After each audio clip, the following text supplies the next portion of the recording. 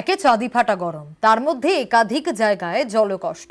চন্দ্রকোনায় জলের দাবিতে পথ অবরোধ করে বিক্ষোভ এলাকাবাসীর। গরমে পুড়ছে বঙ্গ, এরই মধ্যে নানা জায়গায় জলকষ্ট।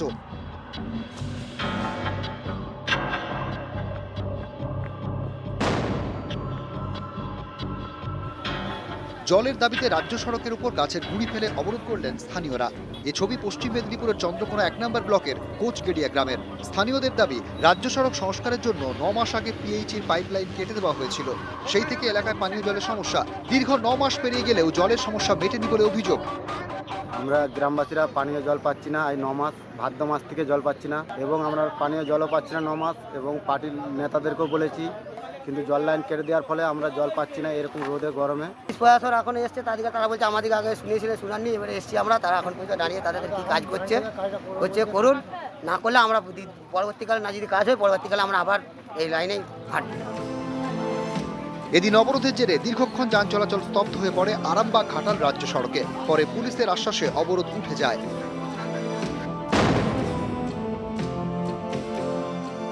গরমের মধ্যেই কালনা পুরসভার একাধিক ওয়ার্ডে বিভিন্ন এলাকায় জল সংকট। বাড়িতে জলের কানেকশন থাকা সত্ত্বেও কল দিয়ে নাকি জল পড়ে না। রাস্তারও বেশ কিছু কল অকেজো হয়ে পড়ে রয়েছে বলে অভিযোগ এলাকাবাসীর। এর জন্য নাকি অনেক দূর থেকে জল আনতে হচ্ছে। এ অভিযোগ বারবার পুরসভাকে জানিয়েও কোনো লাভ হয়নি। সারাদিন বলতে মানে সকাল থেকেই পাওয়া যাচ্ছে না, দিনের কথা তো বাদ দিন। মিউনিসিপ্যালিটিতে ওই দুটো ট্যাঙ্ক দিল আপাতত, তখন দেখছি কাল থেকে দেখছি এবার ট্যাঙ্ক দুটো নিয়ে চলে গেছে। তো ট্যাঙ্কি থেকেই চালাচ্ছিলাম, তার আগে রাস্তার কল থেকে টিউবওয়েল থেকে বালতি করে জল নিয়ে আসছি। আমরা এই জলটা আজকে মোটামুটি কম বেশি হলেও প্রায় মাসখানিক ধরে পাচ্ছি না। আমি আমার স্পন্ডেলাইসিস, ও বয়স্ক, ও খোঁড়াচ্ছে, ও জল টেনে টেনে আনা আমাদের পক্ষে সম্ভব নয়। খুব কষ্টে আমাদের দিন চলছে।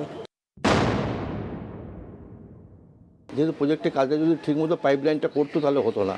আমার কথা হচ্ছে যে আমি প্রাণপণ চেষ্টা করছি, কেন আমি তো এই ওয়ার্ডে ধরুন 2 বছর গেছি, তারপর জলের সমস্যা ওই ওয়ার্ডে বহু দল 20-25 বছর ধরে প্রাণপণ চেষ্টা করছি যাতে মানুষের একটু সুরাহা হয়।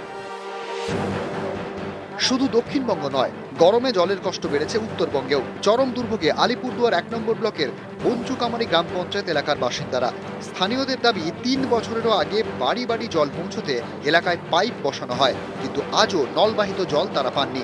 এলাকার কয়েকটি নলকূপই তাদের ভরসা, কিন্তু গরমে জলের সমস্যা আরও তীব্র হয়েছে বলে অভিযোগ।